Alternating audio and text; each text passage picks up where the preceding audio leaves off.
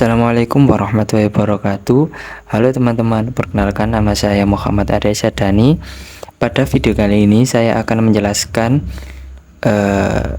hasil pengolahan data menggunakan Smart PLS dengan analisis uji moderasi.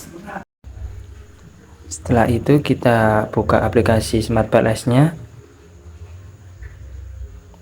Kalau sudah muncul gambar seperti berikut, kita klik new project atau proyek baru, kita namai uji moderasi.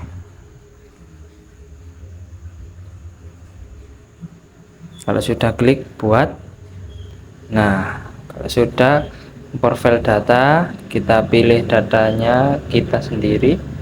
Nah, open, kita tunggu sebentar sampai muncul.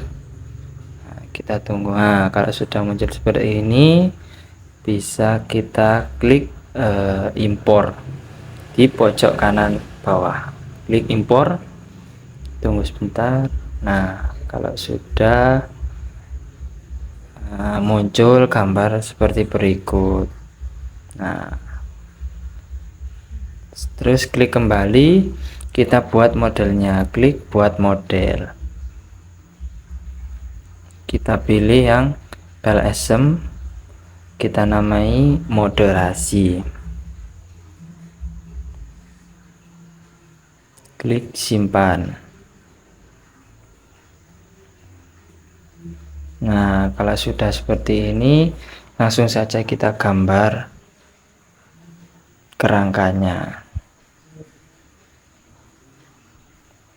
Mohon dicermati ya teman-teman.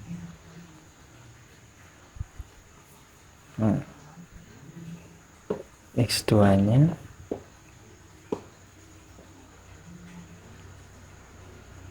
setelah X2 langsung ke Y ya teman-teman.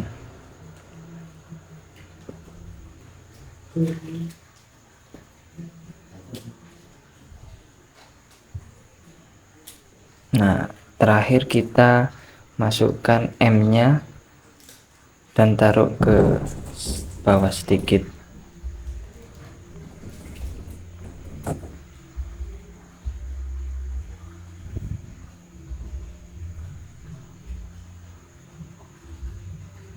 Nah, setelah itu kita hubungkan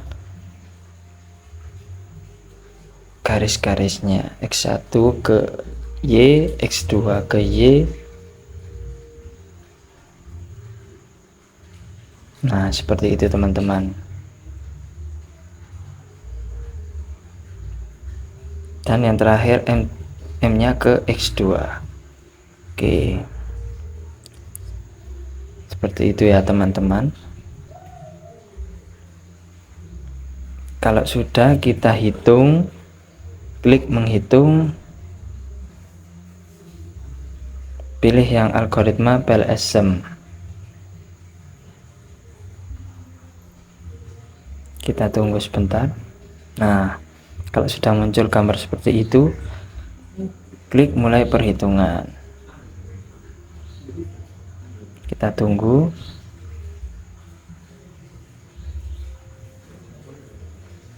Nah, kalau sudah seperti itu, muncul nanti gambarnya dan ada nilainya.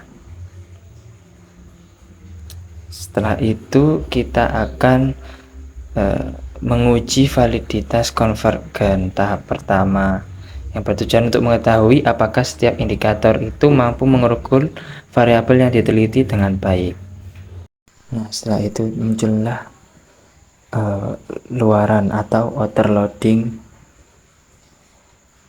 Nah, sudah terlihat ada yang warna merah dan warna hijau ya teman-teman. Nah, dari hasil penelitian di atas dapat disimpulkan bahwa M1, X1.5, X2.4, Y2 dan Y5 itu dikatakan tidak valid karena kurang dari 0,70 menurut Joseph F. Hare 2021. Nah, selanjutnya kita lihat AV nya. pada AV ini dikatakan tidak valid karena kurang dari 0,50 menurut Joseph F. Hare 2021. Di situ tercantum bahwa X1, X2, dan M itu dikatakan tidak valid karena kurang dari 0,50. Selanjutnya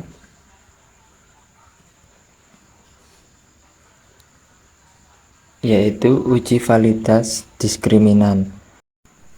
Nah, inilah hasil dari uji validitas diskriminan. Dilakukan menggunakan metode HTMT dan cross-loading. Kriteria HTMT yang digunakan adalah kurang dari 0,90. Dan hasil analisis menunjukkan bahwa konstruk MX2 berada pada kategori yang sangat baik. Sedangkan konstruk X1, X2, dan Y masih belum memenuhi kriteria validitas diskriminan. Baik, selanjutnya yaitu uji reliabilitas. Kita kembali lagi pada reliabilitas dan validitas konstruk. Bertujuan untuk mengetahui tingkat konsistensi setiap konstruk penelitian. Nah, sudah terpampang jelas ya teman-teman dari data di atas. X1 dan X2 dikatakan reliable dan Y dikatakan tidak reliable karena nilai Cronbach's alpha dan nilai composite reliability-nya kurang dari 0,70 menurut Joseph F. Hare 2021. Teman-teman. Baik, selanjutnya yaitu ada uji R. Uji R ini bertujuan untuk mengetahui kemampuan variabel independen dalam menjelaskan variabel dependen.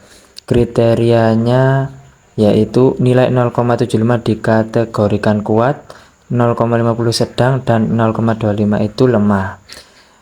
Berdasarkan hasil analisis diperoleh nilai R-square sebesar 0,805. Hal ini menunjukkan bahwa model penelitian berada pada kategori yang kuat, sedangkan sisanya sekitar 20% itu dipengaruhi oleh variabel lain. Selanjutnya ada uji F, digunakan untuk mengetahui besar kecilnya pengaruh masing-masing variabel. Yang kriteria yang digunakan yaitu 0,02 menunjukkan pengaruh kecil, 0,15 pengaruh sedang, dan 0,35 menunjukkan pengaruh besar. Dari hasil analisis di atas menunjukkan bahwa pengaruh M terhadap Y itu berada pada kategori sedang, sedangkan pengaruh X1 terhadap Y, X2 terhadap Y, dan X2 terhadap Y itu berada pada kategori yang kecil. Baik, selanjutnya uji hipotesis. Kita klik edit atau kembali, terus kita hitung lagi dengan metode bootstrapping. Kita tunggu sebentar teman-teman. Nah, setelah muncul langsung kita mulai perhitungan. Kita tunggu sebentar sampai siap.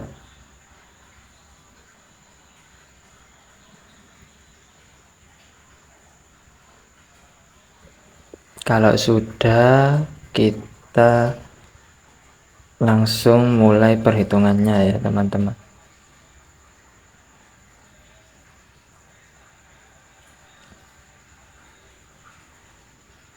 Nah, sudah semua, langsung kita mulai. Kita tunggu hasilnya. Nah, ini kalau sudah muncul langsung kita ke total efek, teman-teman. Nah, ini sudah ada hasilnya T statistik sama P value.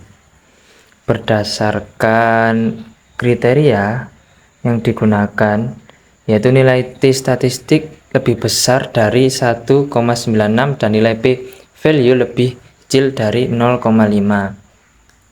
Nah, dari analisis di atas, hubungan MX(X2) terhadap Y itu memperoleh nilai T statistik sebesar 1,438 dan p-value sebesar 0,150.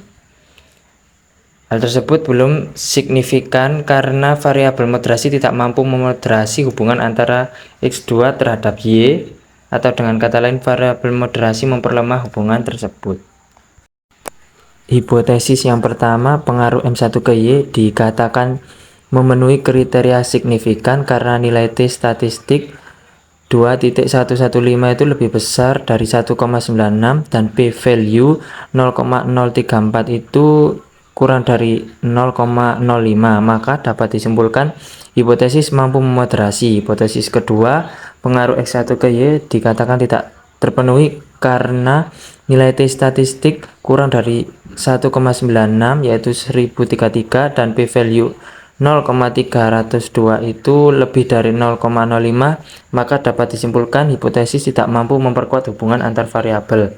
Dan hipotesis yang ketiga, pengaruh X2 ke Y dikatakan tidak memenuhi kriteria signifikan karena nilai T statistik 1047 kurang dari 1,96 dan p value 0,295 lebih dari 0,05, sehingga variabel tersebut tidak dapat memoderasi. Sekian yang dapat saya sampaikan. Terima kasih atas perhatian teman-teman. Kurang lebihnya mohon maaf. Assalamualaikum warahmatullahi wabarakatuh.